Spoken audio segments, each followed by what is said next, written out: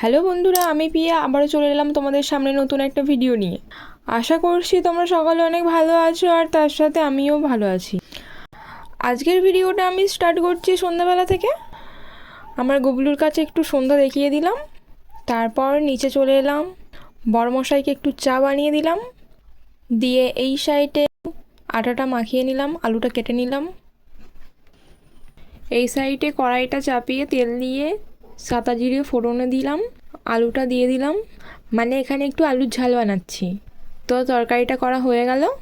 এই সাইডে আমি রুটিটাও বানিয়ে নিচ্ছি। মারে যদি কোথাও বেড়াতে যাই কতই না সমস্যা হয়। তোমাদেরও কি সমস্যা হয়? আমার তো প্রচুর পরিমাণেই হয়। রান্না করা, বিশেষ করে জোগাড়গুলো করে দেওয়া, এগুলো তো অনেকটাই মা করে দেয় হেল্প।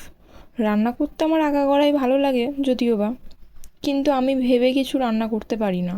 আমাকে কেউ বলে দিলে আমার রান্না করতে খুবই ভালো লাগে। যদি তোমাদের এরকম ধরনের ছোট ছোট ভিডিওগুলো ভালো লেগে থাকে তাহলে আমাকে অবশ্যই জানিও। বাই, দেখা হবে নেক্সট কোনো ভিডিওতে।